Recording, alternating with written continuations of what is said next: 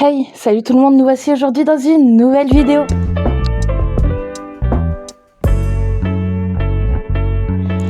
On se retrouve aujourd'hui pour faire le bilan du mois de mai. J'ai toujours mon anti-sèche avec moi. Donc on va commencer par film. Ah, j'ai oublié les titres. Un des films que j'ai regardé, mais je ne sais plus si c'était ce mois-ci ou le mois dernier. Moi j'ai l'impression que ce mois-ci il a duré 40 ans. Voilà. C'est 10 danses, 10 danses, je sais pas trop comment ça se dit, et on suit un jeune homme qui a les cheveux longs, blonds, et qui fait des danses latines. Il est très fier de son corps, c'est un métis, japonais et espagnol, je crois, ou brésilien, je suis pas sûre. Par XY raison, ils vont rencontrer un des champions de danse en duo du Japon, qui lui par contre avec son couple à lui, ils font que des danses plus classiques, plus modernes. Je sais pas trop comment les décrire, je vous avoue. Et en fait on va suivre des compétitions où tous les deux vont essayer de s'entraîner les uns les autres pour leur spécialité à eux. Et le but c'est qu'ils se retrouvent à la compétition des 10 danses. En fait les deux hommes vont être attirés l'un par l'autre. Il y a un goût de trop peu, je trouve. En série, ça aurait été génial, mais en livre, ça aurait été encore mieux. Donc voilà. Et il y a un autre film que j'ai regardé, j'ai pleuré comme une madeleine. Il y a un jeune homme qui est au lycée, qui va devenir ami avec une camarade de classe. Et en fait, cette jeune fille a eu un accident et du coup, elle oublie ce qui s'est passé la journée en elle-même et tout. Donc, elle a des post-it un peu partout pour qu'elle se rappelle. Lui, quand il découvre ça, en fait, c'est dès qu'elle s'endort, elle oublie. Dès qu'elle dort, ça efface sa mémoire. Donc, lui, quand il est au courant de ça, il dit « Je vais tout faire pour que tous les jours, elle vive la meilleure journée de sa vie. » Sauf qu'on découvre petit à petit qu'il a une maladie cardiaque et il finit par partir. Il demande à la meilleure amie de cette fille d'effacer toute trace de lui pour pas qu'elle souffre, pour pas qu'elle se sente triste. Sauf que on sent qu'il y a un manque et tout. Moi, j'ai pleuré comme une madeleine à ce film. J'ai regardé plusieurs séries sur Netflix. Donc, on a âme sœur, donc c'est une série avec un japonais et un coréen. Il y en a un qui est à la fac, qui faisait du hockey. Pour XY raison, il va en Corée voir une de ses amies. Et en Corée, il va rencontrer quelqu'un qui va le sauver d'un incendie. Et en fait, les deux vont se sauver mutuellement l'un après l'autre. C'est très doux, très beau. Et en fait, c'est mon compagnon qui m'a proposé cette série. Je me suis dit, ah, ça peut être sympa. J'ai tellement pleuré, c'était affreux. Le mal de cœur que j'ai eu. Je sais pas pourquoi il m'a proposé ça. J'ai eu des conseils de séries à regarder. Donc, par le même réalisateur, il y a Hastings Hill en 10 épisodes qu'on a regardé en premier. Donc, c'est une famille qui va dans un manoir. Le père et la mère, ils sont là pour restaurer et revendre, en fait. Voilà. Donc, dans ce manoir-là, ils y vont pour le restaurer, pour le remettre en état. On va découvrir que la femme, la maman, a une certaine sensibilité. Du coup, à tout ce qui touche aux esprits, machin. Mais les enfants aussi. Et il y a plein de trucs comme ça. Donc en fait, ça fait beaucoup de sauts dans le temps, actuellement dans le temps et tout. Et en fait, on va découvrir petit à petit que la maman est décédée là-bas, continue de les hanter des années plus tard. J'ai beaucoup apprécié cette série. Moi, j'aime beaucoup tout ce qui touche à l'horreur, enfin, l'épouvante, l'horreur. Et là, celle-ci, en fait, ça fait pas peur en elle-même, mais moi j'avais peur d'avoir peur. Comme moi on m'a vendu ça en mode c'est un truc horrifique, j'avais peur d'avoir peur. Tout simplement. Mais franchement au bout de 2-3 épisodes, t'es tellement hypé par oui mais qu'est-ce qui s'est passé en vrai, qu'est-ce qui se passe, qu'est-ce que machin, qu'est-ce que truc, que t'as plus peur d'avoir peur, t'es à fond dedans. Je vivais les choses avec les personnages, je criais avec eux, c'était une dinguerie. J'ai vraiment énormément apprécié cette série-là. Donc par la suite, on nous a conseillé Bly Manor en 9 épisodes. Je l'ai beaucoup moins apprécié que la saison 1, du coup. Moi, je dis que c'est la saison 2, mais c'est pas ça. C'est avec... c'est pas du tout avec les mêmes personnages, mais c'est les mêmes acteurs. Donc au cas où ce réalisateur-là, il prend souvent les mêmes acteurs pour ses séries. J'ai bien aimé, mais je l'ai beaucoup moins apprécié. Je l'ai trouvé moins intéressant que le 1, la première saison. Je l'ai même trouvé beaucoup plus lente à démarrer. Je sais pas, même le décor et tout, ça fait beaucoup plus un huis clos et je sais pas, j'ai beaucoup moins accroché. J'ai préféré la 1 que la 2. Mais après, c'est un avis personnel. Hein. Donc, voilà. Donc, dans cette saison 2, on suit une jeune femme qui est normalement maîtresse des écoles, mais elle va se transformer en fille au père à la campagne de Londres pour s'occuper de 2 enfants qui ont un comportement très particulier, on va dire. Bon, après, on s'attend très rapidement au pourquoi, du comment et tout. Enfin, on découvre très facilement pourquoi ils sont comme ça. Moi, personnellement, j'ai bien aimé, mais pas de ouf. Aussi, il y a eu énormément d'explications. Il y a eu beaucoup d'explications à la fin.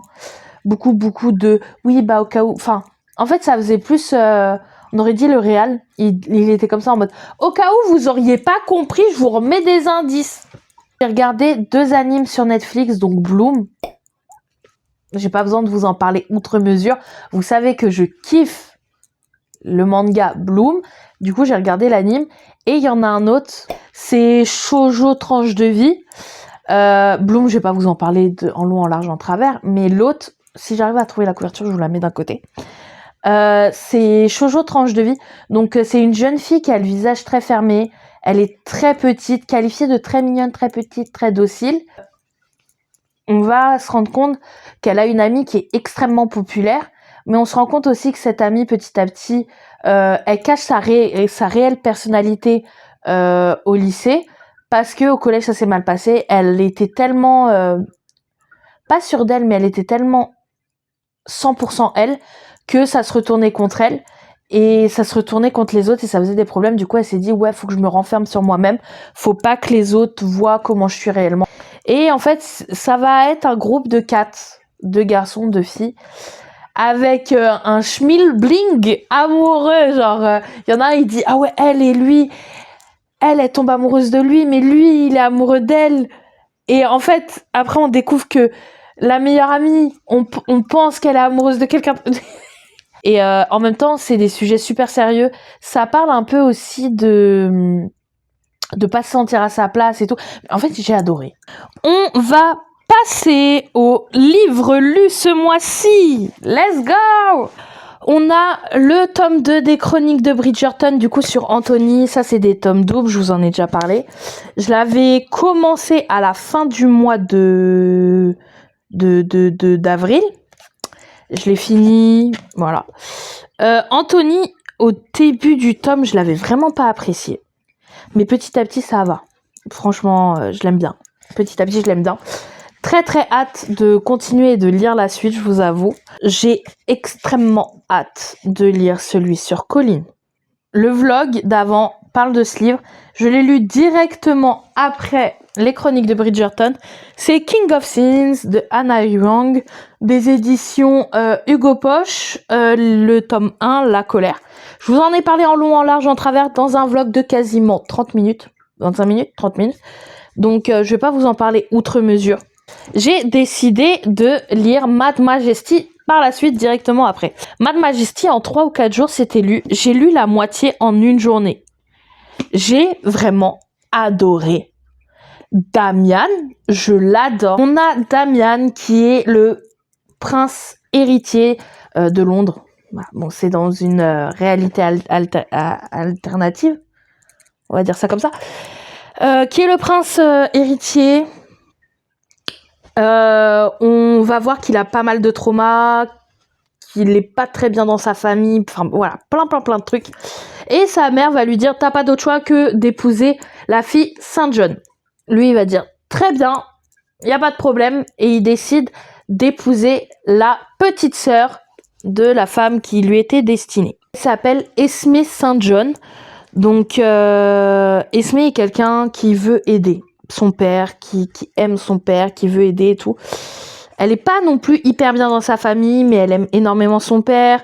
Damian aime, mais d'un amour incommensurable, son frère et sa sœur. Il veut les protéger, les défendre, mais plein de trucs comme ça. Et en fait, c'est juste adorable. Voilà.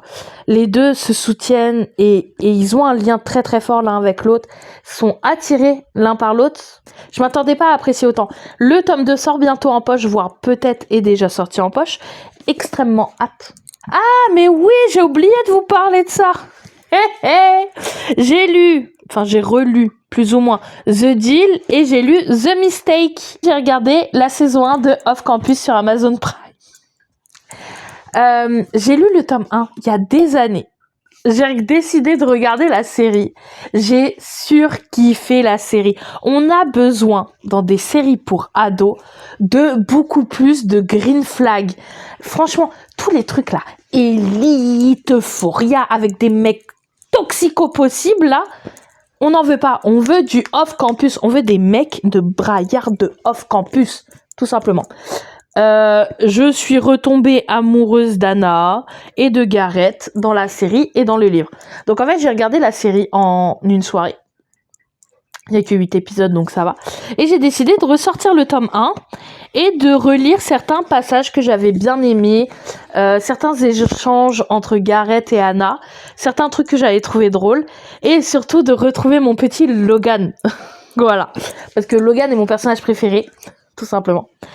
Et j'étais très contente de refeuilleter un peu ce livre. Mais du coup, par la suite, j'ai décidé d'enchaîner avec The Mistake. Donc le tome sur Logan, qui est assez court d'ailleurs, que j'ai beaucoup aimé. Alors que The Mistake, le tome 2 de Off Campus, lui, je l'ai lu en long, en large et en travers. Et j'ai même beaucoup apprécié ma lecture.